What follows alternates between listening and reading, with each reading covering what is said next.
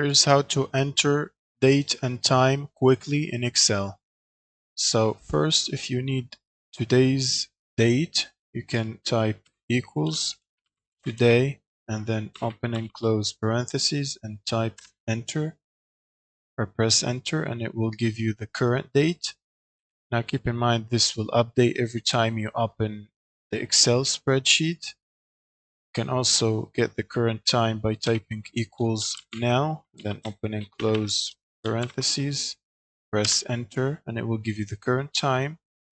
Now this will always update for the current time, so it changes whenever you open spreadsheet.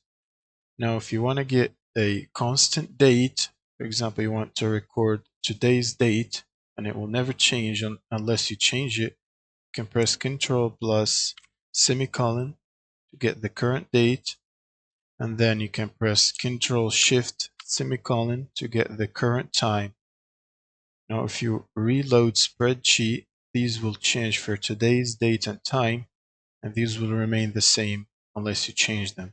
That's it. Thank you guys for watching and subscribe.